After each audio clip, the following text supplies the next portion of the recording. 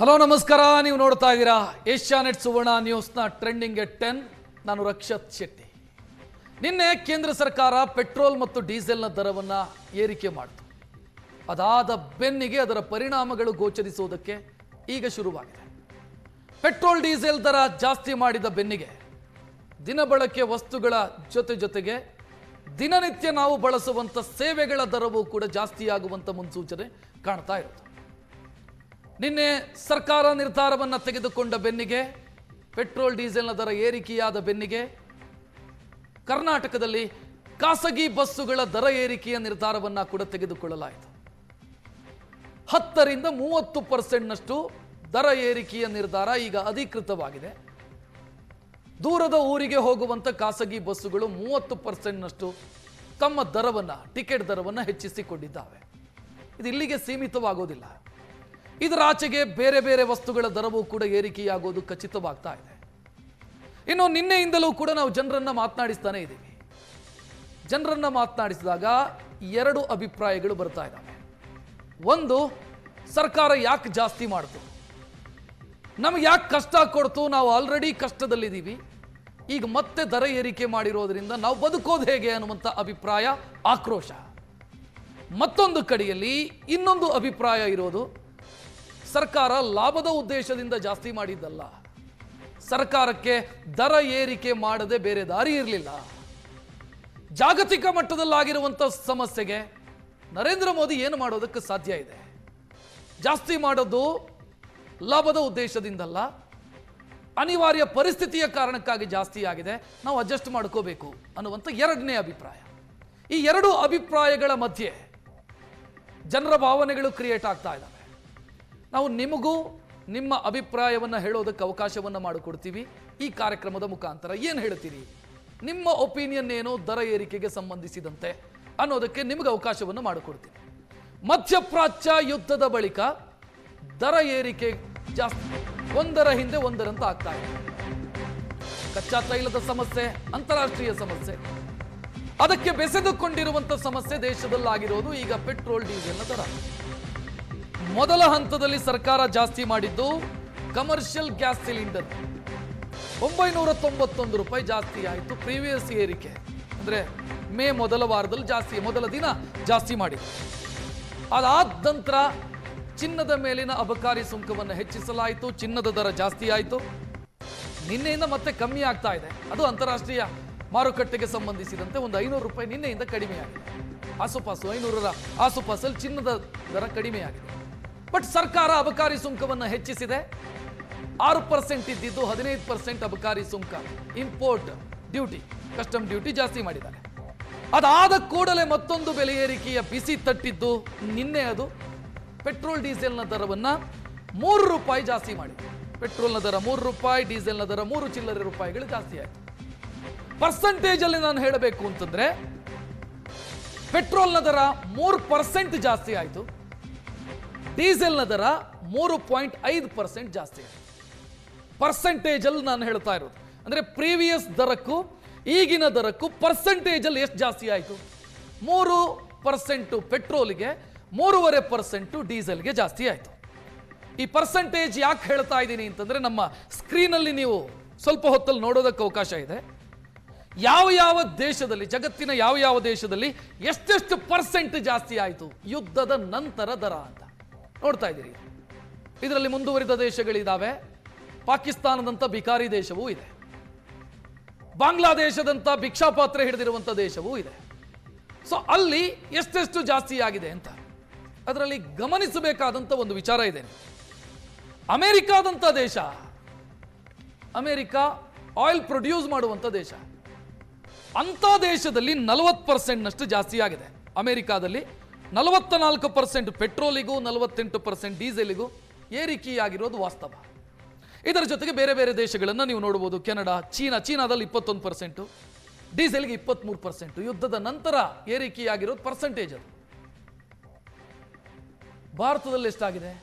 3.5% ಡೀಸೆಲ್ಗೆ, 3% ಪೆಟ್ರೋಲ್ಗೆ ಜಾಸ್ತಿ ಆಗಿದೆ. ಸೊ ಅಲ್ಲಿಗೆ ಕೇಂದ್ರ ಸರ್ಕಾರ ಮ್ಯಾನೇಜ್ ಮಾಡ್ತಾ ಇದೆಯಾ ಈ ಸಿಚುವೇಶನ್ ಅನ್ನೋದು ಒಂದು. ಜನರಿಗೆ ಹೊರೆಯಾಗದ ರೀತಿಯಲ್ಲಿ ಮ್ಯಾನೇಜ್ ಮಾಡ್ತಾ ಇದೆಯಾ ಅಂತ. ಎರಡನೆಯದ್ದು ಹಂತ ಹಂತವಾಗಿ ಏರಿಕೆಯಾಗುವಂಥ ಸಾಧ್ಯತೆ ಏನಾದರೂ ಇದೆಯಾ ಅನ್ನೋದು ಮತ್ತೊಂದು. ಅಂದರೆ ಈಗ ₹3 ಜಾಸ್ತಿ ಮಾಡಿದ್ರು ನಿನ್ನೆ, ಇನ್ನೊಂದು 2 ದಿನ ಬಿಟ್ಟು ಮತ್ತೆ ₹3 ಜಾಸ್ತಿ, ಈ ರೀತಿ ಹಂತ ಹಂತವಾಗಿ ಜಾಸ್ತಿ ಮಾಡಿಕೊಂಡು ಏನಾದರೂ ಹೋಗ್ತಾರಾ? ಯಾಕಂತಂದ್ರೆ ಒಂದು ಅಂಕಿಅಂಶದ ಪ್ರಕಾರ, ತೈಲ ಕಂಪನಿಗಳು ಕೊಟ್ಟಿರುವಂಥ ಅಂಕಿಅಂಶ ಇದು. ತೈಲ ಕಂಪನಿಗಳು ಹೇಳ್ತಾ ಇದೆ ಪೆಟ್ರೋಲ್ ಪರ್ ಲೀಟರು ನಮಗೆ ₹11 ಲಾಸ್ ಆಗ್ತಿದೆ ಅಂತ. ಈ ₹3 ಜಾಸ್ತಿ ಮಾಡಿದ ನಂತರವೂ ಪೆಟ್ರೋಲ್ಗೆ ಪರ್ ಲೀಟರು ನಮಗೆ ₹11 ಲಾಸ್ ಆಗ್ತಿದೆ, ಡೀಸೆಲ್ಗೆ ಪರ್ ಲೀಟರು ₹30 ಲಾಸ್ ಆಗ್ತಿದೆ, ₹39 ಅಷ್ಟು ಲಾಸ್ ಆಗ್ತಿದೆ ಲೀಟರಿಗೆ. ಸೊ ಇಷ್ಟು ಲಾಸ್ ಅಲ್ಲಿ ವ್ಯವಹಾರ ಮಾಡೋದಕ್ಕೆ ಸಾಧ್ಯ ಇಲ್ಲ. ಸೊ ಜಾಸ್ತಿ ಮಾಡುವಂತ ಸಾಧ್ಯತೆ ನೆಕ್ಸ್ಟ್ ಸ್ಟೆಪ್ಪು ಇರಬಹುದೇನೋ, ಇದರ ಬಗ್ಗೆಯೂ ಕೂಡ ಆತಂಕ ಇದೆ. ಮಾತನಾಡೋಣ, ಜಾಸ್ತಿ ಮಾಡೋದಕ್ಕೆ ಏನು ಕಾರಣ ಆಯಿತು? ಜಾಸ್ತಿ ಮಾಡೋದಕ್ಕೆ ಬೇರೆ ದಾರಿಯೇ ಇರಲಿಲ್ವಾ? ಸರ್ಕಾರಕ್ಕೆ ಬೇರೆ ಆಯ್ಕೆಗಳೇನಾದರೂ ಇತ್ತಾ? ಮಾತನಾಡೋದಕ್ಕೆ ನಮ್ಮ ಜೊತೆಗೆ ಆರ್ಥಿಕ ತಜ್ಞರು ರುದ್ರಮೂರ್ತಿಯವರು ನೇರ ಸಂಪರ್ಕದಲ್ಲಿ. ರುದ್ರಮೂರ್ತಿಯವರೇ ನಮಸ್ಕಾರ. ನಮಸ್ಕಾರ ರಕ್ಷಿತ್ ಅವರೇ. ನಮಸ್ತೆ. ಬಹುಶಃ ನಿನ್ನೆ ಎಲ್ಲ ನಾವು ಚರ್ಚೆ ಮಾಡಿದ್ವಿ, ದರ ಜಾಸ್ತಿ ಆಯಿತು, ದರ ಜಾಸ್ತಿ ಆಯಿತು. ನನಗೀಗ ಪ್ರಶ್ನೆ ಇರೋದಿಷ್ಟೇ, ಕೇಂದ್ರ ಸರ್ಕಾರಕ್ಕೆ ಈ ₹3 ಜಾಸ್ತಿ ಮಾಡದೆ ಬೇರೆ ದಾರಿನೇ ಇರಲಿಲ್ವಾ ಅಂತ? ನೋಡಿ, ಮೊದಲನೇದಾಗಿ ಕಚ್ಚಾ ತೈಲದ ಬೆಲೆಗಳು ಈ ವರ್ಷದ ಬಿಗಿನಿಂಗ್ ಅಲ್ಲಿ ಅಂತಾರಾಷ್ಟ್ರೀಯ ಮಾರುಕಟ್ಟೆಯಲ್ಲಿ ಕೇವಲ $70 ಹತ್ತತ್ರ ಇತ್ತು. ನೀವ್ ಇನ್ನೊಂಚೂರು ಮುಂಚೆ ತಗೊಂಡ್ರೆ $60 ಇತ್ತು. ಬೇಡ, ನಾನು ಹೈಯರ್ ಸೈಡ್ $70 ಪ್ರತಿ ಬ್ಯಾರಲ್ಗೆ ಅಂತಾರಾಷ್ಟ್ರೀಯ ಮಾರುಕಟ್ಟೆಯಲ್ಲಿ ಕಚ್ಚಾ ತೈಲ ಇದ್ದಿದ್ದು. ನಿನ್ನೆ ರೇಟ್ ಹೇಳ್ತಾ ಇದ್ದೀನಿ, ಲೇಟೆಸ್ಟ್ $109 ಪ್ರತಿ ಬ್ಯಾರಲ್ಗೆ ಇವಾಗ ಅಂತಾರಾಷ್ಟ್ರೀಯ ಮಾರುಕಟ್ಟೆಯಲ್ಲಿ ಇದೆ. ಅಂದ್ರೆ $70 ಇದ್ದಿದ್ದು $109 ಆಗಿದೆ. ಅಂದ್ರೆ 80% ಏರಿಕೆಯನ್ನ ಅಂತಾರಾಷ್ಟ್ರೀಯ ಮಾರುಕಟ್ಟೆಯಲ್ಲಿ ಕಚ್ಚಾ ತೈಲದ ಬೆಲೆಗಳಲ್ಲಿ ಆಗಿದೆ. ಈಗ ಸಿಂಪಲ್ ಜನ ಕೇಳೋ ಕ್ವಶನ್ ಏನು, ಅಲ್ಲೆಲ್ಲೋ ಅಂತಾರಾಷ್ಟ್ರೀಯ ಮಾರುಕಟ್ಟೆಯಲ್ಲಿ ಜಾಸ್ತಿ ಆದ್ರೆ ನಮ್ಗೆ ಯಾಕೆ ಜಾಸ್ತಿ ಆಗ್ಬೇಕು ಅಂತ. ಈಗೇನ್ ಯುದ್ಧ ನಡೀತಾ ಇದೆ, ಇದರ ಪರಿಣಾಮವಾಗಿ ಅಂತಾರಾಷ್ಟ್ರೀಯ ಮಾರುಕಟ್ಟೆಯಲ್ಲಿ ಈ ತರ ಕಚ್ಚಾ ತೈಲದ ಬೆಲೆಗಳು ಏರಿಕೆ ಆದಾಗ ಭಾರತ ದೇಶ ಸಂಪೂರ್ಣವಾಗಿ ಹತ್ತತ್ರ ಮೋರ್ ದನ್ 90% ನಾವು ಏನು ಪೆಟ್ರೋಲ್ ಡೀಸೆಲ್ ಅನ್ನ ಕಚ್ಚಾ ತೈಲವನ್ನ ಆಮದು ಮಾಡ್ಕೊಂತೀವಿ, ಅಂದ್ರೆ ನಾವು ಇಂಪೋರ್ಟ್ ಮಾಡ್ಕೊಂತೀವಿ. ನಮಗೆ ಬೆಲೆಗಳಿವಾಗ 80% ಏರಿಕೆ ಆಗಿದೆ ಅಂತಾರಾಷ್ಟ್ರೀಯ ಮಾರುಕಟ್ಟೆಯಲ್ಲಿ. ನಮ್ಮಲ್ಲಿ ಎಷ್ಟು ಏರಿಕೆ ಆಗಿದೆ ಅಂದ್ರೆ ನೀವ್ ಹೇಳ್ದಂಗೆ ₹3 ಪ್ರತಿ ಲೀಟರ್ಗೆ ಪೆಟ್ರೋಲ್ ಡೀಸೆಲ್ ಏರಿಕೆ ಮಾಡಿದ್ದಾರೆ. ಇದು ಅನಿವಾರ್ಯನ ಅಂದ್ರೆ ಖಂಡಿತವಾಗ್ಲೂ ಬೇರೆ ಏನು ಆಪ್ಷನ್ ಇರ್ಲಿಲ್ಲ. ಯಾಕೆ ಅಂದ್ರೆ ನರೇಂದ್ರ ಮೋದಿ ಅವರು ಕೂಡ ಯುದ್ಧ ಬೇಗ ಮುಗಿಬಹುದು ಅಥವಾ ಅಂತಾರಾಷ್ಟ್ರೀಯ ಮಾರುಕಟ್ಟೆಯಲ್ಲಿ ಕಚ್ಚಾ ತೈಲದ ಬೆಲೆಗಳು ಕಡಿಮೆ ಆಗಬಹುದು ಅಂತ ಅವರು ಕೂಡ ಕಳೆದ 75 ದಿವಸ ಯುದ್ಧ ಶುರುವಾದಾಗಿಂದಾನು ಕಾಯ್ತಾ ಇದ್ದಾರೆ. ಆದ್ರೆ ಯಾವುದೇ ಈ ತರ ಸೂಚನೆ ಬರ್ಲಿಲ್ಲ. ಆಮೇಲೆ ಅಂತಾರಾಷ್ಟ್ರೀಯ ಮಾರುಕಟ್ಟೆಯಲ್ಲಿ ಯಾವಾಗ ಕಚ್ಚಾ ತೈಲದ ಬೆಲೆಗಳು ಜಾಸ್ತಿ ಆಯ್ತೋ ರೂಪಾಯಿನ ಮೌಲ್ಯವೂ ಕೂಡ ಭಾರಿ ಪ್ರಮಾಣದ ಕುಸಿತವನ್ನ ಕಂಡಿದೆ.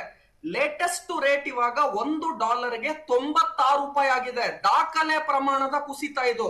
$1ಗೆ ಲೇಟೆಸ್ಟ್ ರೇಟ್ ಇವಾಗಿರೋದು ₹96. ಮತ್ತೆ ಒಂದು ಬ್ಯಾರೆಲ್ ಕಚ್ಚಾ ತೈಲಕ್ಕೆ ಲೇಟೆಸ್ಟ್ ರೇಟ್ ಇವಾಗಿರೋದು $109 ಪ್ರತಿ ಬ್ಯಾರೆಲ್. ಸೊ ಒಂದ್ ಕಡೆ ರೂಪಾಯಿನ ಮೌಲ್ಯದ ಕುಸಿತ, ಮತ್ತೊಂದು ಕಡೆ ಅಂತಾರಾಷ್ಟ್ರೀಯ ಮಾರುಕಟ್ಟೆಯಲ್ಲಿ ಕಚ್ಚಾ ತೈಲದ ಬೆಲೆಗಳು ಜಾಸ್ತಿ ಆಗಿರೋದ್ರಿಂದ ಇನ್ನೇನೋ ಆಪ್ಷನ್ ಇಲ್ಲ, ಈ ಪೆಟ್ರೋಲ್ ಡೀಸೆಲ್ ದರಗಳ ಏರಿಕೆ ಮಾಡ್ಲೇಬೇಕಾಗಿತ್ತು. ರುದ್ರಮೂರ್ತಿ ಅವರೇ, ಇಲ್ಲಿ ಒಂದು ಪ್ರತಿವಾದ ಇದೆ, ಅದನ್ನು ನಿಮ್ಮ ಗಮನಕ್ಕೆ ತರ್ತೀನಿ ನಾನು. ಆ ಪ್ರತಿವಾದ ಯಾವುದು ಅಂತಂದ್ರೆ, ಅಂತಾರಾಷ್ಟ್ರೀಯ ಮಾರುಕಟ್ಟೆಯಲ್ಲಿ ಕಚ್ಚಾ ತೈಲದ ದರ ಕಡಿಮೆ ಇದ್ದಾಗ ಇದೇ ತೈಲ ಕಂಪನಿಗಳು ಲಾಭ ಮಾಡಿಕೊಂಡಿದ್ವು. ಈಗ ಸಮಸ್ಯೆಯಾದಾಗ ಜನರಿಂದ ಪಡ್ಕೊಳ್ತಾ ಇದೆ. ಆ ಲಾಭದ ಪ್ರಮಾಣವನ್ನು ಈಗ ಜನರಿಗೆ ಕೊಡಬಹುದಲ್ವಾ? ಅದಕ್ಕೆ ಅವಕಾಶ ಇತ್ತಲ್ವಾ ತೈಲ ಕಂಪನಿಗಳಿಗೆ ಅಂತ? ನೋಡಿ, ತುಂಬಾ ಒಳ್ಳೆ ಪ್ರಶ್ನೆ. ನಾನು ಇದಕ್ಕೆ ಪರವಾಗೇನೆ ಹೇಳ್ತಾ ಇದ್ದೀನಿ. ನೀವ್ ಹೇಳ್ತಿರೋದು ಕರೆಕ್ಟ್ ಇದೆ. ಯಾವಾಗ ಅಂತಾರಾಷ್ಟ್ರೀಯ ಮಾರುಕಟ್ಟೆಯಲ್ಲಿ ಕಚ್ಚಾ ತೈಲದ ಬೆಲೆಗಳ ಮುಂಚೆ, ಯುದ್ಧದ ಮುಂಚೆ ಕೆಳಗಡೆ ಬಿದ್ದಾಗ ಖಂಡಿತವಾಗ್ಲೂ ನಮಗೆ ಪೆಟ್ರೋಲ್ ಡೀಸೆಲ್ ದರಗಳ ಇಳಿಕೆ ಮಾಡ್ಲೇ ಇಲ್ಲ. ಸೊ ಅವಾಗ ಏನಾಯ್ತು ಅಂದ್ರೆ ಈ ಆಯಿಲ್ ಮಾರ್ಕೆಟಿಂಗ್ ಕಂಪನೀಸ್ಗಳು ಜಾಸ್ತಿ ಲಾಭ ಮಾಡಿದ್ರು. ಹಾಗಾಗೇನೆ ಇವಾಗ 80% ಇನ್ಕ್ರೀಸ್ ಪೆಟ್ರೋಲ್ ಡೀಸೆಲ್ ಅಲ್ಲಿ ಮಾಡೇ ಇಲ್ಲ. ನೀವೇನಾನ ನಿಮ್ಮ ವಾದವನ್ನೇ ನಾನು ಇಟ್ಕೊಂಡ್ರೆ ಈಗ ಹತ್ತತ್ರ $180 $200 ಆಗ್ಬೇಕಿತ್ತು ಪ್ರತಿ ಲೀಟರ್ ಪೆಟ್ರೋಲ್ ಡೀಸೆಲ್. ಯಾಕಂದ್ರೆ 80% ಏರಿಕೆ ಅಂತಾರಾಷ್ಟ್ರೀಯ ಮಾರುಕಟ್ಟೆಯಲ್ಲಿ ಆಗಿದೆ ಆಲ್ರೆಡಿ. ನಮ್ಮಲ್ಲಿ ಎಷ್ಟಾಗಿದೆ ಅಂದ್ರೆ ಬರೀ $3 ಏರಿಕೆ ಆಗಿದೆ, ಅಂದ್ರೆ 3% ಆಗಿದೆ. ನೋಡಿ, ಬೇರೆ ಬೇರೆ ದೇಶಗಳ ಪೆಟ್ರೋಲ್ ಡೀಸೆಲ್ ದರಗಳ ಏರಿಕೆಯನ್ನ ಎಷ್ಟು ಚೆನ್ನಾಗಿ ಸುವರ್ಣ ನ್ಯೂಸ್ ಅಲ್ಲಿ ನೀವೇ ಹೇಳಿದೀರಾ. ನಾನು ಎಲ್ಲ ಸಿಂಪಲ್ ಮಾಡಿ ಇನ್ನ ನಮ್ಮ ನೋಡಿಗರಿಗೆ, ವೀಕ್ಷಕರಿಗೆ ಹೇಳ್ತಾ ಇದ್ದೀನಿ. ಅಮೆರಿಕ ದೇಶ ಬೇರೆ ದೇಶಗಳಿಗೆ ಕಚ್ಚಾ ತೈಲವನ್ನ ಎಕ್ಸ್ಪೋರ್ಟ್ ಮಾಡ್ತಾರೆ, ರಫ್ತು ಮಾಡ್ತಾರೆ. ಅವ್ರ ದೇಶದಲ್ಲೇನೆ 40% ಏರಿಕೆಯನ್ನ ಕಚ್ಚಾ ತೈಲದ ಬೆಲೆಗಳು, ಪೆಟ್ರೋಲ್ ಡೀಸೆಲ್ ದರಗಳಲ್ಲಿ ಅಮೆರಿಕ 40% ಏರಿಕೆ ಆಗಿದೆ. ನೀವು ಬಾಂಗ್ಲಾದೇಶ, ಪಾಕಿಸ್ತಾನ, ಶ್ರೀಲಂಕನ್ನ ಇವ್ರನ್ನೆಲ್ಲ ಕಂಪೇರ್ ಮಾಡ್ಬಿಟ್ಟು ನಾವು ಗ್ರೇಟ್ ಅನ್ನೋದು ಬೇಡವೇ ಬೇಡ. ಇದೇಗೆ ಅಂದ್ರೆ ಇಂಡಿಯನ್ ಟೀಮ್ ಅನ್ನ, ನಾವು ಕ್ರಿಕೆಟ್ ಟೀಮ್ ಅನ್ನ ಅಫ್ಘಾನಿಸ್ತಾನ, ಅಮೆರಿಕ ಯಾವ್ದೋ ಚಿಕ್ಕ ಪುಟ್ಟ ದೇಶಗಳ ಕ್ರಿಕೆಟ್ ಟೀಮ್ ಜೊತೆ ಕಂಪೇರ್ ಮಾಡೋದು ಬೇಡ. ನಾನು ಇಂಡಿಯಾನ ಆಸ್ಟ್ರೇಲಿಯಾ, ಸೌತ್ ಆಫ್ರಿಕಾ, ಪಾಕಿಸ್ತಾನ ತರ ಬಲಿಷ್ಠವಾದ ತಂಡಗಳಿಗೆ ಕಂಪೇರ್ ಮಾಡ್ತಾ ಇದ್ದೀನಿ. ನಾನೇನ್ ಹೇಳ್ತಿದ್ದೀನಿ, ಇಂಡಿಯಾ 90% ಕಚ್ಚಾ ತೈಲವನ್ನ, ಅದಕ್ಕೂ ಜಾಸ್ತಿ ನಾವು ಆಮದು ಮಾಡ್ಕೊಂತೀವಿ. ಅಮೆರಿಕ ಕಚ್ಚಾ ತೈಲ ಅವ್ರಿಗೆ ಎಷ್ಟು ಬೇಕು ಅಷ್ಟು ಅವರೇ ಉತ್ಪಾದನೆ ಮಾಡಿ ಮಿಕ್ಕಿರುವ ಕಚ್ಚಾ ತೈಲವನ್ನ ಎಕ್ಸ್ಪೋರ್ಟ್ ಅಥವಾ ರಫ್ತು ಮಾಡ್ತಾರೆ. ಆದ್ರೆ ಅಮೆರಿಕ ದೇಶದಲ್ಲೇ ಕಚ್ಚಾ ತೈಲದ ಬೆಲೆಗಳು 40% ಏರಿಕೆ ಆಗಿದೆ. ನಮ್ಮಲ್ಲಿ ಎಷ್ಟು ಏರಿಕೆ ಆಗಿದೆ ಅಂದ್ರೆ 3% ಏರಿಕೆ ಆಗಿದೆ. ಸೊ ನಾನು ಏನ್ ಮಾಡ್ತೀನಿ, ಸಿಂಪ್ಲಿಫೈ ಮಾಡಿ ಹೇಳ್ತಿದ್ದೀನಿ. ನಮ್ಮ ಆಪೋಸಿಷನ್ ಪಾರ್ಟಿ ಅವ್ರು ಏನೇನ್ ಇದಾರಲ್ಲ, ಕಾಂಗ್ರೆಸ್ ಆಗಿರ್ಬೋದು, JDS ಆಗಿರ್ಬೋದು, ಈ ಸ್ಟೇಟ್ ಅಲ್ಲಿ ಬಿಜೆಪಿ, ಇಲ್ಲಿ ಕಾಂಗ್ರೆಸ್ ಆಳ್ವಿಕೆ ಇದೆ, ಬಟ್ ಓವರ್ ಆಲ್ ಸೆಂಟ್ರಲ್ ಅಲ್ಲಿ ನೀವು ನೋಡಿದ್ರು ಕೂಡ ಏನು ಕಾಂಗ್ರೆಸ್ ಅವರು ಇದನ್ನ ವಿರೋಧ ಮಾಡ್ತಿದ್ದಾರೆ, JDS ಅವರು ವಿರೋಧ ಮಾಡಬಹುದು, ಆಮ್ ಆದ್ಮಿ ವಿರೋಧ ಮಾಡಬಹುದು, ಯಾರೇ ಮಾಡ್ಲಿ. ನಿಮಗ್ ನಾನು ಹೇಳ್ಕೊಡ್ತೀನಿ ತಂತ್ರ ಯಾವ ರೀತಿ ವಿರೋಧ ಮಾಡಿ ಅಂತ. ಮೊದಲನೇದಾಗಿ ಸ್ಟೇಟ್ ಗವರ್ಮೆಂಟ್ ಇಂತ ಸಮಯದಲ್ಲಿ ಅವರು ಅವರ ವ್ಯಾಟ್ ಅನ್ನ ಅಟ್ಲೀಸ್ಟ್ ಒಂದು ರೂಪಾಯಿ ಇಳಿಕೆ ಮಾಡ್ಬಿಟ್ಟು ಹೇಳಿ, ನಾವ್ ಇಳಿಕೆ ಮಾಡ್ತಾ ಇದೀವಿ, ನೀವು ಮಾಡ್ರಿ ಮೋದಿ ಅವರೇ ಅಂತ ಹೇಳಿ. ನಾನು ಹೇಳ್ಕೊಡ್ತಿದ್ದೀನಿ ಸಿದ್ದರಾಮಯ್ಯ. ರುದ್ರಮೂರ್ತಿ ಅವರೇ, ಅದಕ್ಕೆ ಸಂಬಂಧಿಸಿದಂತೆ ನಾನೊಂದು ಮಾಹಿತಿಯನ್ನ ನಮ್ಮ ವೀಕ್ಷಕರಿಗೆ ಹೇಳಬೇಕಾಗತ್ತೆ. ನೀವು ಅದನ್ನು ಪ್ರಸ್ತಾಪ ಮಾಡಿದ್ರಿ. ಏನ್ ಮಾಹಿತಿ ಅಂತಂದ್ರೆ, ರಾಜ್ಯ ಸರ್ಕಾರ ಪೆಟ್ರೋಲ್ ಮತ್ತು ಡೀಸೆಲ್ನ ಮೇಲೆ ಎಷ್ಟು ಟ್ಯಾಕ್ಸ್ ಹಾಕತ್ತೆ ಅನ್ನೋದನ್ನ ಹೇಳಿದ್ರೆ ರುದ್ರಮೂರ್ತಿ ಅವರು ಹೇಳಿದ್ದು ನಮಗೆ ಹೆಚ್ಚು ಅರ್ಥ ಆಗ್ತಾ ಹೋಗುತ್ತೆ. ನಾನು ಅದನ್ನು ಹೇಳ್ತೀನಿ. ರಾಜ್ಯ ಸರ್ಕಾರ ಪೆಟ್ರೋಲ್ನ ಮೇಲೆ ಹಾಕುವಂತ ತೆರಿಗೆ 29.84%, ಡೀಸೆಲ್ನ ಮೇಲೆ ಹಾಕುವಂತ ತೆರಿಗೆ 21.17 ಸಮಥಿಂಗ್, ಅದೆಷ್ಟೋ ಬರುತ್ತೆ, 21% ಅಂತ ಅನ್ಕೊಳ್ಳಿ. ಇಷ್ಟು ಟ್ಯಾಕ್ಸ್ ಅನ್ನ ರಾಜ್ಯ ಸರ್ಕಾರ ಹಾಕತ್ತೆ. ಈ ಸರ್ಕಾರ ಅಸ್ತಿತ್ವಕ್ಕೆ ಬಂದಂತ ಸಂದರ್ಭದಲ್ಲಿ ಪೆಟ್ರೋಲ್ ಮತ್ತು ಡೀಸೆಲ್ನ ಬೆಲೆಯನ್ನ ಲೀಟರ್ಗೆ 3 ರೂಪಾಯಿ, ಪೆಟ್ರೋಲ್ಗೆ 3.5 ರೂಪಾಯಿ, ಡೀಸೆಲ್ಗೆ ಜಾಸ್ತಿ ಮಾಡಿತ್ತು ಸರ್ಕಾರ, ರಾಜ್ಯ ಸರ್ಕಾರ. ಈಗ ಬಿಜೆಪಿಯವರು ಅದನ್ನೇ ಕೇಳ್ತಿದ್ದಾರೆ, ಕೇಳೋದಕ್ಕೆ ಶುರು ಮಾಡಿದ್ದಾರೆ. ಸೋಷಿಯಲ್ ಮೀಡಿಯಾದಲ್ಲೆಲ್ಲ ಅದರ ಚರ್ಚೆ ಆಗೋದಕ್ಕೆ ಶುರುವಾಗಿದೆ. ಏನು ಕೇಳ್ತಿದ್ದಾರೆ ಅಂತಂದ್ರೆ, ಜಾಸ್ತಿ ಮಾಡಿದ್ರಲ್ವ ಆಗ ಅದನ್ನು ಬಿಟ್ಕೊಡಿ, ನಾವು ಅಬಕಾರಿ ಸುಂಕವನ್ನು ಬಿಟ್ಕೊಟ್ಟಿದ್ದೀವಿ 10 ರೂಪಾಯಿ, ಕೇಂದ್ರ ಸರ್ಕಾರ 10 ರೂಪಾಯಿ ಅಬಕಾರಿ ಸುಂಕವನ್ನು ಬಿಟ್ಕೊಟ್ಟಿದೆ, ರಾಜ್ಯ ಸರ್ಕಾರ ಬಿಟ್ಕೊಡ್ಲಿ ಅಂತ ನಾನು ಅದನ್ನು ರುದ್ರಮೂರ್ತಿ ಅವರಿಗೆ ಕೇಳ್ತೀನಿ. ರುದ್ರಮೂರ್ತಿ ಅವರ 29.84% ಪೆಟ್ರೋಲಿಗೆ ರಾಜ್ಯ ಸರ್ಕಾರ ಬಿಟ್ಕೊಡೋದಕ್ಕೆ ಸಾಧ್ಯನಾ ಇದನ್ನ? ರಕ್ಷತ್ ಅವರೇ, ತುಂಬಾ ಸಿಂಪ್ಲಿಫೈ ಮಾಡಿ ಹೇಳ್ತಾ ಇದ್ದೀನಿ. ರೌಂಡ್ ಫಿಗರ್ ತಗೊಳ್ಳೋಣ, ಪೈಸಾ ಲೆಕ್ಕ ಎಲ್ಲ ಹೇಳಿದ್ರೆ ನಮ್ ವೀಕ್ಷಕರಿಗೆ ಒಂಚೂರು ಕನ್ಫ್ಯೂಸ್ ಆಗ್ಬೋದು. ಅಪ್ರಾಕ್ಸಿಮೇಟ್ ಆಗಿ ಹತ್ತತ್ರ ಸ್ಟೇಟ್ ಗವರ್ಮೆಂಟ್ ಅಂದ್ರೆ ನಮ್ಮ ರಾಜ್ಯ ಸರ್ಕಾರ, ಕರ್ನಾಟಕದ ರಾಜ್ಯ ಸರ್ಕಾರ ವ್ಯಾಟ್ ಪೆಟ್ರೋಲ್ ಮೇಲೆ ಅಪ್ರಾಕ್ಸಿಮೇಟ್ ಆಗಿ 30 ರಿಂದ 32 ರೂಪಾಯಿ ಹಾಕ್ತಾರೆ ಪ್ರತಿ ಲೀಟರ್. ಇದು ಯಾಕೆ ನಾನು ಅಂದಾಜು 30 ರಿಂದ 32 ಹೇಳ್ತಿದ್ದೀನಿ ಅಂದ್ರೆ, ಪೆಟ್ರೋಲ್ ರೇಟ್ ವೇರಿ ಆದಾಗ, ಡೀಸೆಲ್ ರೇಟ್ ವೇರಿ ಆದಾಗ ಈ ಪರ್ಸೆಂಟೇಜ್ ಅಲ್ಲಿ ಹಾಕೋದ್ರಿಂದ ಅದೊಂಚೂರು ಈ ಕಡೆ ಆ ಕಡೆ ಒಂದು 50 ಪೈಸೆ, 1 ರೂಪಾಯಿ ಮೇಲೆ ಕೆಳಗಡೆ ಆಗುತ್ತೆ. ಒಂದು ಅಪ್ರಾಕ್ಸಿಮೇಟ್ ಆಗಿ 30 ರೂಪಾಯಿ ಪ್ರತಿ ಲೀಟರ್ಗೆ ರಾಜ್ಯ ಸರ್ಕಾರ ಪೆಟ್ರೋಲ್ ಮೇಲೆ 1 ಲೀಟರ್ಗೆ ಅವರು ಟ್ಯಾಕ್ಸ್ ಹಾಕಿದ್ರೆ, ಕೇಂದ್ರ ಸರ್ಕಾರ ಎಷ್ಟಾಗ್ತಿದೆ ಅಂದ್ರೆ 10 ರೂಪಾಯಿ ಆಗ್ತಾ ಇದೆ. ನಾನೇನ್ ಹೇಳ್ತಾ ಇದ್ದೀನಿ, ನೀವು ಜಾಸ್ತಿ ಪ್ರಮಾಣದ ಡಿಕ್ರೀಸು ಮಾಡಬೇಡಿ. ಕೇಂದ್ರ ಸರ್ಕಾರ 10 ರೂಪಾಯಿ ಪ್ರತಿ ಲೀಟರ್ಗೆ ಪೆಟ್ರೋಲ್ಗೆ ಅವ್ರು ಏನಾನ ಟ್ಯಾಕ್ಸ್ ಹಾಕಿದ್ರೆ, ನಮ್ಮ ರಾಜ್ಯ ಸರ್ಕಾರ ಆಗ್ತಿರೋದು 30 ರಿಂದ 32 ರೂಪಾಯಿ. ನೀವು ಜಸ್ಟ್ ಒಂದು 50 ಪೈಸಾ, 1 ರೂಪಾಯಿ ಕಡಿಮೆ ಮಾಡಿ ಸಾಕು. ಯಾರೋ ನಾನು ಹೇಳ್ತಿರೋದು ರಾಜ್ಯ ಸರ್ಕಾರ ಮಾಡ್ಬಿಟ್ಟು ಮೋದಿ ಅವ್ರಿಗೆ ಹೇಳಿ, ನಾವಿಲ್ಲಿ ಕಡಿಮೆ ಮಾಡಿದೀವಿ, ನೀವ್ ಯಾಕೆ ಮಾಡ್ತಾ ಇಲ್ಲ, ಅದು ಕರೆಕ್ಟ್ ಆಗಿ ಪಾಯಿಂಟ್ ಅಂತ ನಾನು ಹೇಳ್ಕೊಡ್ತಿದ್ದೀನಿ ಏನ್ ಮಾಡಿ ಅಂತ. ಇದು ಒಂದು. ಎರಡನೇದು ಏನ್ ಮಾಡ್ಬೇಕು ಮೇಜರ್ ಆಗಿ ಅಂದ್ರೆ, ನನಗೇನ್ ಬೇಕು ಇವತ್ತು, ಸಿದ್ದರಾಮಯ್ಯ ಅವರು, DK ಶಿವಕುಮಾರ್ ಅವರು, ನಮ್ ಕುಮಾರಸ್ವಾಮಿ ಅವರು, ದೇವೇಗೌಡರು, ಇವರೆಲ್ಲ ಏನ್ ಮಾಡಿ, ನಾವು ಮೆಟ್ರೋಲ್ ಓಡಾಡ್ತೀವಿ, ನಾವು ಪಬ್ಲಿಕ್ ಟ್ರಾನ್ಸ್ಪೋರ್ಟೇಶನ್ ಬಸ್ ಅಲ್ಲಿ ಓಡಾಡ್ತೀವಿ. ನೋಡಿ, ಮೊನ್ನೆನೂ ನಾನು ಜೈಪುರಿಂದ ಹೋಗ್ತಾ ಬರ್ತಾ ವಾಪಸ್ಸು ನಾನು ಕಾರಲ್ಲಿ ಹೋಗ್ಲಿಲ್ಲ, ಬಸ್ ಅಲ್ಲೇನೆ ನಾನು ಕೂಡ ಪ್ರಯಾಣ ಮಾಡಿದೆ. ನೀವು ಪ್ರಯಾಣ ಮಾಡ್ಬಿಟ್ಟು ಹೇಳಿ, ಮೋದಿ ಮತ್ತೆ ಎಲ್ಲಾ ಬಿಜೆಪಿ ಸರ್ಕಾರದವರು ನಾವಿವಾಗ ರಾಹುಲ್ ಗಾಂಧಿ ಆಗಿರ್ಬೋದು, ಸಿದ್ದರಾಮಯ್ಯ ಆಗಿರ್ಬೋದು, DK ಶಿವಕುಮಾರ್ ಆಗಿರ್ಬೋದು, ಅಥವಾ ಬೇರೆ ಅವ್ರ ಮಿನಿಸ್ಟರ್ಗಳಾಗಿರ್ಬೋದು, ಕರ್ನಾಟಕದಲ್ಲಿರುವ ಎಲ್ಲಾ ಕಾಂಗ್ರೆಸ್ ಮತ್ತೆ JDS ಮಿನಿಸ್ಟರ್ಗಳು, ನೀವು ಪಬ್ಲಿಕ್ ಟ್ರಾನ್ಸ್ಪೋರ್ಟೇಶನ್ ಅನ್ನು ಬಳಸ್ಬಿಟ್ಟು ಹೇಳಿ, ಮೋದಿ ಅವರೇ ನಾವು ಮಾಡ್ತಿದೀವಿ, ನೀವ್ ಹೇಳಿದ್ದನ್ನ ನಾವು ಪಾಲನೆ ಮಾಡ್ತಿದೀವಿ, ನೀವ್ ಯಾಕೆ ಮಾಡ್ತಾ ಇಲ್ಲ, ನಿಮ್ ಸರ್ಕಾರದವ್ರು ಯಾಕೆ ಮಾಡ್ತಿಲ್ಲ, ಅದನ್ನ ಕೇಳಿ ನೀವು. ಅವಾಗ ಜನ ಹೇಳ್ತಾರೆ ಕರೆಕ್ಟ್ ಅಪ್ಪ, ಕಾಂಗ್ರೆಸ್ ಹೇಳೋದು ಕರೆಕ್ಟ್ ಇದೆ, JDS ಹೇಳೋದು ಕರೆಕ್ಟ್ ಇದೆ, ಮೋದಿ ಬರೀ ಪ್ರಚಾರ ಮಾಡಕ್ ಸರಿ ಇಲ್ಲ, ಬಾಯಿ ಮಾತಲ್ಲಿ ಹೇಳೋದಕ್ ಸರಿ ಏನು ಮಾಡೋದಿಲ್ಲ, ಅವ್ರ ಪಕ್ಷದವರು ಏನು ಮಾಡೋದಿಲ್ಲ, ಅವಾಗ ನಾನ್ ನಿಮ್ಮನ್ ಕರೆಕ್ಟ್ ಅಂತೀನಿ. ಸೊ ಸಿಂಪಲ್ ಏನ್ ಮಾಡ್ಬೇಕು ಇವಾಗ, ಸ್ಟೇಟ್ ಗವರ್ಮೆಂಟ್ ಒಂದು ರೂಪಾಯಿ 50 ಪೈಸೆ ಕಡಿಮೆ ಮಾಡಿ ಸಾಕು. ಅದ್ರ ಜೊತೆಗೆ ಪಬ್ಲಿಕ್ ಟ್ರಾನ್ಸ್ಪೋರ್ಟೇಶನ್ ಸಿಸ್ಟಮ್ ಅಲ್ಲಿ ಓಡಾಡಿ. ಬೇರೆ ಯಾರ್ಯಾರು ಬಿಜೆಪಿ ಪಾರ್ಟಿಯವರು ಯಾರ್ಯಾರು ಜೋರಾಗಿ ಕಾರಲ್ಲಿ ಓಡಾಡ್ಕೊಂಡು ಯಾರ್ಯಾರು ಮೋದಿ ಮಾತನ್ನ ಪಾಲನೆ ಮಾಡದೆ, ಯಾರ್ಯಾರು ಫಾರಿನ್ ಟೂರ್ ವಿದೇಶಿ ಟೂರ್ ಮಾಡ್ತಾರೆ, ಯಾರ್ಯಾರು ಚಿನ್ನ ಖರೀದಿ ಮಾಡ್ತಾರೆ ಅಥವಾ ಜೋರಾಗಿ ಮದುವೆಗಳನ್ನ ಔಟ್ ಸೈಡ್ ಅಲ್ಲಿ ಅಥವಾ ಆಡಂಬರದಲ್ಲಿ ಮಾಡ್ತಾರೆ, ಅದನ್ನ ತೋರಿಸ್ಬಿಟ್ಟು ಹೇಳಿ. ನೀವು ಬರೀ ಬಾಯಿ ಮಾತಲ್ಲಿ ಹೇಳ್ತೀರಾ ಇನ್ನೇನಕ್ಕೂ ಪ್ರಯೋಜನ ಇಲ್ಲ ಅಂತ. ನಾನು ಯಾಕೆ ಈ ಮಾತು ಹೇಳ್ತಿದ್ದೀನಿ, 35,000 ಕೋಟಿ ಅಪ್ರಾಕ್ಸಿಮೇಟ್ ಆಗಿ ಕೇಂದ್ರ ಸರ್ಕಾರ ಬಿಡಿ ರಾಜ್ಯ ಸರ್ಕಾರಕ್ಕೆ ತೆರಿಗೆ ಬರ್ತಾ ಇರೋದು ಬರೀ ಪೆಟ್ರೋಲ್ ಡೀಸೆಲ್ ವ್ಯಾಟ್ ಇಂದ. ಬರ್ದಿಡ್ಕೊಳ್ಳಿ, ತಿರ್ಗಾ ಹೇಳ್ತಾ ಇದ್ದೀನಿ, ಅಪ್ರಾಕ್ಸಿಮೇಟ್ ಆಗಿ 35,000 ಕೋಟಿ ರೂಪಾಯಿಗಳು ಒಂದು ವರ್ಷಕ್ಕೆ ವ್ಯಾಟ್ ಮುಖಾಂತರ ರಾಜ್ಯ ಸರ್ಕಾರಕ್ಕೆ ತೆರಿಗೆ ಬರ್ತಾ ಇದೆ.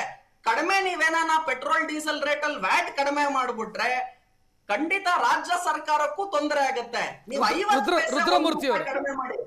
ರುದ್ರಮೂರ್ತಿ ಅವರೇ, ಈಗ 3 ರೂಪಾಯಿ ಜಾಸ್ತಿ ಆಯ್ತು ನಿನ್ನೆ. ಸಾಮಾನ್ಯ ಜನರಾಗಿ ನಮಗಿರುವಂತ ಪ್ರಶ್ನೆ, ಇದು 3ಕ್ಕಷ್ಟೇ ಸೀಮಿತನ, ಹಂತ ಹಂತವಾಗಿ ಇನ್ನೂ ಜಾಸ್ತಿ ಆಗತ್ತಾ ಅಂತ? ನೋಡಿ, ಎಷ್ಟ್ ಸಿಂಪಲ್ ಆಗಿ ಹೇಳ್ತೀನಿ. ನೀವ್ ಹೇಳಿದ್ರಿ ಎಷ್ಟ್ ಚೆನ್ನಾಗೆ. ನೋಡಿ, 1600 ಕೋಟಿ ಒಂದು ದಿವಸಕ್ಕೆ ಆಯಿಲ್ ಮಾರ್ಕೆಟಿಂಗ್ ಕಂಪನಿಗೆ ಈಗ ನಷ್ಟ ಏನಾಗ್ತಿದೆಯಲ್ಲ, ಅದರಲ್ಲಿ LPGಗೆ 600 ಕೋಟಿ ಇದೆ. ಬರೀ ಪೆಟ್ರೋಲ್ ಡೀಸೆಲ್ ಎರಡೇ ತಗೊಂಡ್ರೆ ನಾನು ಒಂದು ದಿವಸಕ್ಕೆ 1000 ಕೋಟಿ ರೂಪಾಯಿಗಳಷ್ಟು ನಷ್ಟ ಆಗ್ತಾ ಇದೆ. ಯಾರಿಗೆ? ಆಯಿಲ್ ಮಾರ್ಕೆಟಿಂಗ್ ಕಂಪನಿಗೆ. ಈಗ ಏನ್ 3 ರೂಪಾಯಿ ಇನ್ಕ್ರೀಸ್ ಮಾಡಿದ್ದಾರೆ, ಇದರಿಂದ ಕೇವಲ 110 ಕೋಟಿ ಪ್ರತಿ ದಿವಸಕ್ಕೆ ಇವಾಗ ಕಲೆಕ್ಟ್ ಆಗುತ್ತೆ ಎಕ್ಸ್ಟ್ರಾ.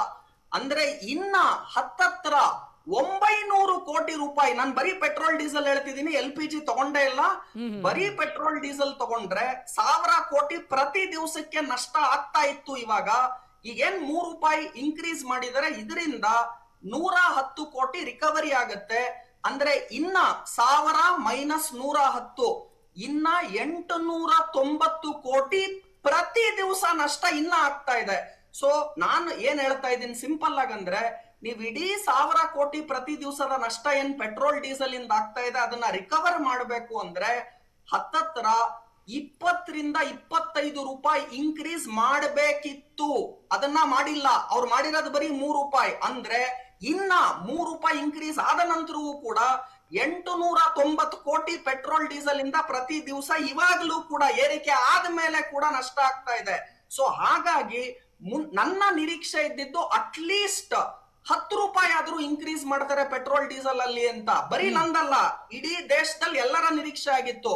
ಬಟ್ ಅವ್ರು ಮಾಡಿದ 3 ರೂಪಾಯಿ ಏರಿಕೆ ಅಂದ್ರೆ ಖಂಡಿತವಾಗ್ಲೂ ಖುಷಿ ಬೀಳ್ಬೇಕು. ಈಗ ರುದ್ರಮೂರ್ತಿ ಅವರ ಕೊನೆಯದಾಗಿ ನಂದೊಂದು ಪ್ರಶ್ನೆ ಇದೆ.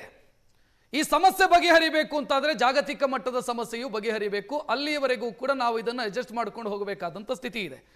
ನೀವು ಬೇಲೂರಿಗೂ ಹೋಗಿ ಬಂದ್ರಿ, ತಿರುಪತಿಗೂ ಹೋಗಿ ಬಂದ್ರಿ, ಡೊನಾಲ್ಡ್ ಟ್ರಂಪಿಗೆ ಒಳ್ಳೆ ಬುದ್ಧಿ ಬರಲಿ ಅಂತ. ಆ ಮನುಷ್ಯ ಒಳ್ಳೆ ಬುದ್ಧಿ ಕಲಿಯೋ ಅಂದಾಜು ಕಾಣ್ತಾ ಇಲ್ಲ. ಎಷ್ಟು ದಿನದವರೆಗೆ ಮುಂದುವರಿಬಹುದು ಈ ಏರಿಳಿತ? ನೋಡಿ, ತುಂಬಾ ಸಿಂಪಲ್ ಉತ್ತರ. ಬೇಲೂರು ಹಳೆಬೀಡು ಇಂದನೂ ಇದೇ ಉತ್ತರ ಕೊಡ್ತಿದ್ದೀನಿ, ಈಗಲೂ ಇದೇ ಉತ್ತರ ಕೊಡ್ತಿದ್ದೀನಿ. ಡೊನಾಲ್ಡ್ ಟ್ರಂಪ್ ಇನ್ನೊಂದ್ 2-3 ವರ್ಷ ಅವರ ಅಮೆರಿಕ ಪ್ರೆಸಿಡೆಂಟ್ ಆಳ್ವಿಕೆ ಇದ್ದೇ ಇದೆ. ಅದಾದ್ಮೇಲೆ ಅಮೆರಿಕ ಜನನೇ ಅವ್ರಿಗೆ ಬುದ್ಧಿ ಕಲಿಸ್ತಾರೆ. ನಾವ್ ಯಾರು ಹೇಳೋದ್ ಬೇಕಾಗಿಲ್ಲ. ಬಟ್ ಮಾಡಿರೋ ತಪ್ಪನ್ನ ಅವ್ರು ಇನ್ನೊಂದ್ 2-3 ವರ್ಷ ಅಮೆರಿಕ ಜನ ಅನುಭವಿಸ್ಲೇಬೇಕು, ಇಡೀ ವಿಶ್ವ ಅನುಭವಿಸ್ಲೇಬೇಕು. ಇದನ್ನ ಕೊರಗದ್ ಬಿಟ್ಬಿಟ್ಟು ಪಾಸಿಟಿವ್ ಮೈಂಡ್ ಸೆಟ್ ಇಟ್ಕೊಂಡು ಇನ್ನೊಂದ್ 2-3 ವರ್ಷ ಡೊನಾಲ್ಡ್ ಟ್ರಂಪ್ ಅಮೆರಿಕಲ್ಲಿ ಇರೋವರೆಗೂ ಅವ್ರನ್ನೇನು ಮಾಡೋದಕ್ ಆಗೋದಿಲ್ಲ. ಅವ್ರ ಎಲೆಕ್ಟ್ ಆಲ್ರೆಡಿ ಆಗೋಗಿರೋದ್ರಿಂದ ನಾವ್ ಇನ್ನೊಂದ್ 2-3 ವರ್ಷ ಇದನ್ನ ಸಹಿಸ್ಕೊಂಡ್ಲೇಬೇಕು. ಯಾಕೆ ಅಂದ್ರೆ ಟ್ರಂಪ್ ಬದಲಾಯಿಸಕ್ಕೆ ಇವಾಗ ದೇವ್ರು ಹೇಳಿದ್ರು ಆ ಯಪ್ಪ ಕೇಳ್ತಾನ ಇಲ್ವೋ ಗೊತ್ತಿಲ್ಲ. ಆದ್ರೆ ನಾನ್ ಜನಕ್ಕೆ ಏನ್ ಹೇಳ್ತೀನಿ, ಸುಮ್ನೆ ನಾವು ಟ್ರಂಪ್ ದೂಷಿಸ್ಕೊಂಡು ಬರೀ ನೆಗೆಟಿವ್ ಮೈಂಡ್ ಸೆಟ್ ಇಡ್ಕೊಳೋ ಬದಲಾಗಿ ನಾವು ನಮ್ಮ budget, family budget, personal budget ಅನ್ನ ಚೆನ್ನಾಗಿ ಮಾಡ್ಕೊಳ್ಳೋಣ. ಸಿಂಪಲ್ ಇಷ್ಟೇ. ಏನ್ ಮಾಡಿ ನೋಡಿ, ಒಂದು ಪಬ್ಲಿಕ್ ಟ್ರಾನ್ಸ್ಪೋರ್ಟೇಶನ್ ಸಿಸ್ಟಮ್ಸ್ ಗಳ ಬಳಕೆ ಮಾಡೋದ್ರಿಂದ ನಮ್ ಜೋಬಗ್ ಬೀಳೋ ಕತ್ರಿನೂ ಕೂಡ ಕಡಿಮೆ ಆಗತ್ತೆ. ಹಾಗಾಗಿ ಅದನ್ನ ಮಾಡುವ ಮುಖಾಂತರ ಬೇರೆ ಅವರಿಗೆ ನಾವು ಮಾದರಿ ಆಗೋಣ.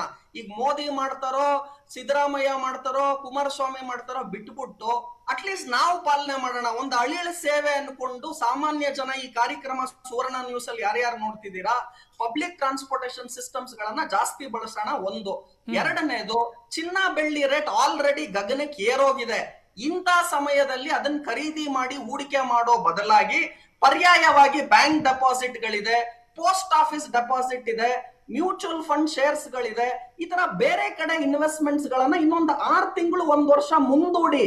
ಮದುವೆಗೇನ್ ಚಿನ್ನ ಬೇಕು, ಹಬ್ಬಕ್ಕೇನ್ ಚಿನ್ನ ಬೇಕು, ಅದಕ್ಕೆ ಖಂಡಿತವಾಗ್ಲೂ ಬೇಕಾದಷ್ಟು ಚಿನ್ನವನ್ನು ತಗೊಳ್ಳಿ ಹೊರತು ಯಥೇಚ್ಛವಾಗಿ ತಗೊಳೋದು ಬೇಕಾಗಿಲ್ಲ. ಹೂಡಿಕೆಗಳನ್ನ ಚಿನ್ನದಲ್ಲಿ ಮಾಡೋದು ಬೇಕಾಗಿಲ್ಲ. ಕ್ವಿಕ್ ಆಗಿ ರುದ್ರಮೂರ್ತಿ ಅವರೇ, ಜಾಗತಿಕ ಮಟ್ಟದಲ್ಲಿ $109 ಬ್ರೆಂಟ್ ಇದೆ ಇವತ್ತು.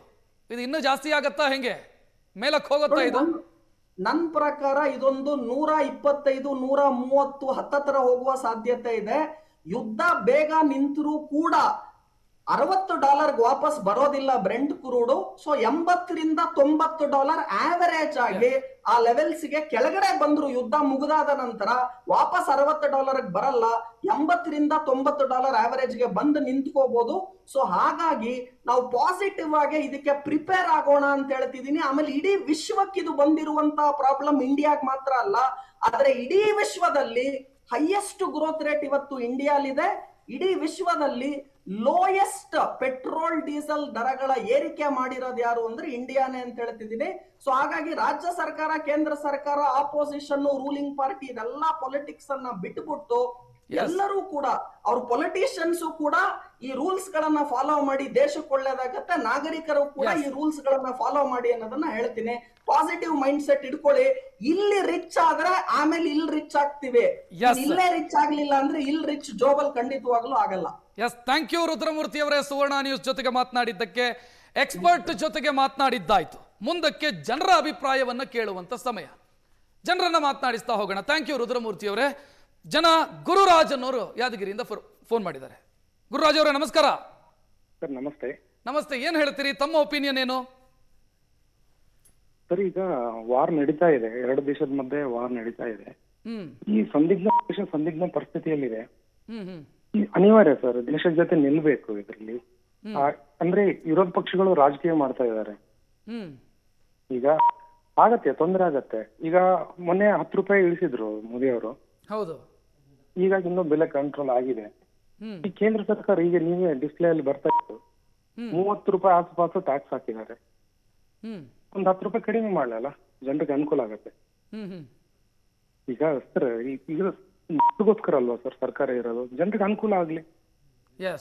ರಾಜ್ಯ ಸರ್ಕಾರ ಹಾಲಿನಿಂದ ಹಿಡಿದು ತುಪ್ಪ, ಆಮೇಲೆ ಕರೆಂಟ್ ಬಿಲ್, ಪ್ರತಿಯೊಂದು ಮುದ್ರಾಂಕ, ನೋಂದಣಿ ಎಲ್ಲದೂ ಇರಿಸಿದ್ದಾರೆ ಮಾನ್ಯ ಕರ್ನಾಟಕ. ಸೊ ತಾವು ಹೇಳೋದು ಗುರುರಾಜ್ ಅವರೇ, ರಾಜ್ಯ ಸರ್ಕಾರ 29% ಟ್ಯಾಕ್ಸ್ ಹಾಕತ್ತೆ ಪೆಟ್ರೋಲ್ ನ ಮೇಲೆ, ಡೀಸೆಲ್ ನ ಮೇಲೆ 21% ಟ್ಯಾಕ್ಸ್ ಆಗತ್ತೆ. ಅದನ್ನ ಸ್ವಲ್ಪ ಕಡಿಮೆ ಮಾಡ್ಲಿ, ಆಗ ಕಡಿಮೆ ಆಗತ್ತೆ ಅಂತ ಹೇಳೋದು ತಾವು. ಹೌದು ಸರ್. ಈಗ ಇಷ್ಟು ದಿನ ದುಡ್ಡು ತಗೊಂಡಿದ್ದಾರೆ ಜನರಲ್ಲಿ, ಒಂದು 10-15 ಕಡಿಮೆ ಮಾಡ್ಲಿ. ಯಾವ್ದು ರಾಜ್ಯ ಸರ್ಕಾರ ಸಿದ್ದರಾಮಯ್ಯನವರು ಈಗ ಕೇಂದ್ರ ಸರ್ಕಾರ ಬೆಳೆ ಮಾಡೋದಕ್ಕಿಂತ ಈಗ ತಾವು ಮಾತಾಡ್ತಾ ಇದ್ರಿ, ಚೆನ್ನಾಗಿ ಮಾತಾಡಿದ್ರು ರುದ್ರಮೂರ್ತಿ ಸರ್. ಒಂದ್ 20 ರೂಪಾಯಿ 15 ರೂಪಾಯಿ ಕಡಿಮೆ ಮಾಡಿ, ಈಗ ನಾ ಮಾಡಿದೇನ್ರಿ ನೀವು ಮಾಡಿ ಅಂತ ಹೇಳಿದ್ರೆ ಗುಡ್ ಮೂವ್ ಸರ್ ಅದು. ಎಸ್, ಥ್ಯಾಂಕ್ ಯು ಗುರುರಾಜ್ ಅವರೇ. ಇನ್ನಷ್ಟು ಜನರನ್ನ ಮಾತನಾಡಿಸೋಣ. ಚಿಕ್ಕದೊಂದು ಬ್ರೇಕ್ ನಂತರ ಕಾರ್ಯಕ್ರಮ ಮುಂದುವರಿಯುತ್ತೆ.